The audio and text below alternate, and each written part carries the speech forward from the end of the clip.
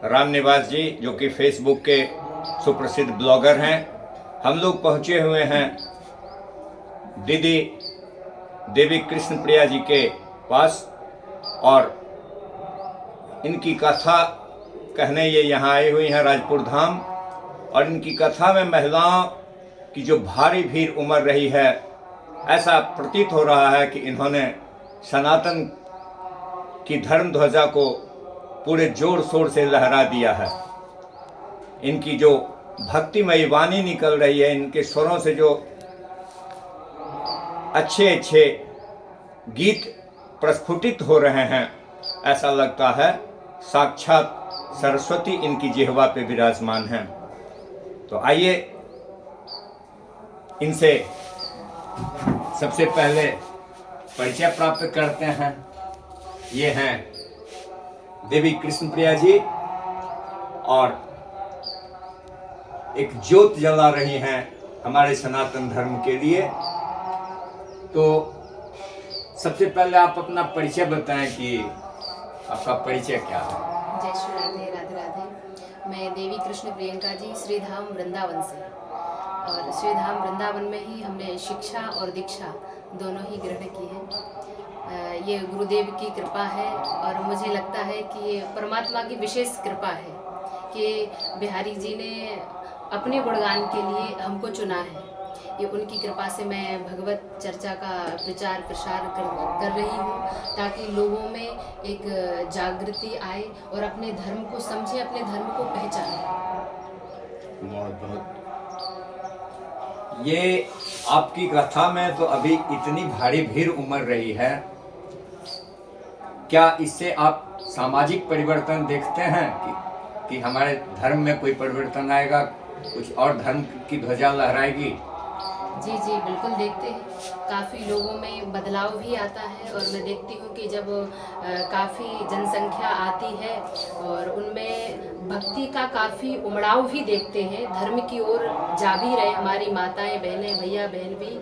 इससे समाज में अच्छा संदेश भी जा रहा है और भक्ति की जागृति भी हो रही है।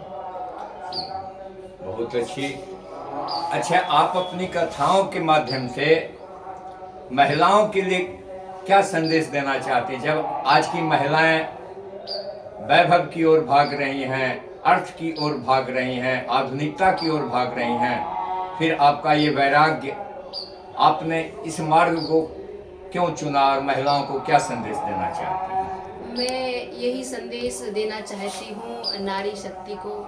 वैसे देखो, आज से ही नहीं, सदैव से ही नारी शक्ति पूज्य रही है, वंदनीय रही है। यत नारी पूज्यन्ते रमन्ते तत्र देवता। क्या पहले नारियों ने नाम नहीं किया? झांसी की रानी हुई, सती अनसुईया हुई, जो हर क्षेत्र में देवियाँ आगे हैं और आज भी देखने को मिलता है। मैं तो कहती हूँ सबसे बड़ी बात है, यदि हमारे जीवन में बदलाव आता है, कुछ हमारे माता पिता के संस्कार और गुरुजनों के संस्कार होते हैं, तो मुझे लगता है हमारे परिवार में भक्ति का माहौल रहा है सदैव से, तो मैं भक्ति की तरफ आई हूँ।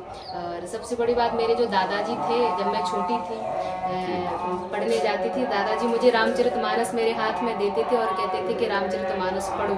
तब हमें समझ में आया कि नहीं, ये जो दादाजी मुझे रामचरितमानस दे रहे हैं, ये बहुत मूल्यवान ग्रंथ है।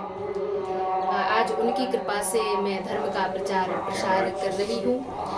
बस यही संदेश देना चाहती हूँ कि कथा से, अगर हमारे कथा कहने से लोगों के जीवन में बदलाव आता है जरा भी, तो हमें लगता है कि हमारा कथा कहना सार्थक हो गया है, सफल हो गया है।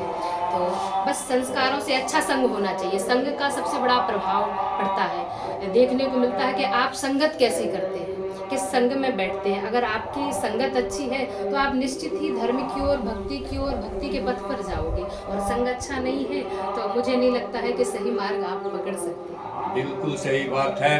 और हम देख रहे हैं कि महिलाओं में कुछ कुछ बदलाव परिलक्षित हो रहे हैं, क्योंकि जो महिलाएं घर से नहीं निकलती वो आपके कथा में आके श्रवण कर रही हैं और पूरे मनोयोग से श्रवण कर रही हैं। तो इसके लिए तो आप राजपुर धाम के ही नहीं, पूरे क्षेत्र के लिए बधाई की पात्र हैं।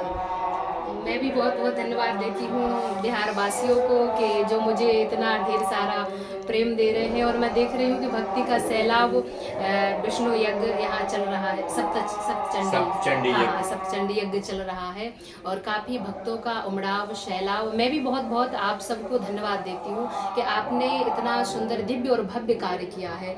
और मैं देख रही हूँ कि भक्ति का बड़ा सैलाब लोगों के भीतर बड़ा आनंद हो रहा है, बड़ी से बड़ी संख्या में आ रहे हैं। तो इसमें हमें भी लगता है, हमें भी भीतर से आनंद होता है और बहुत प्रसन्नता होती है। इससे हमें भी बढ़ावा मिलता है। मुझे बहुत अच्छा लगा। धन्यवाद। बहुत बहुत राधे राधे। धन्यवाद।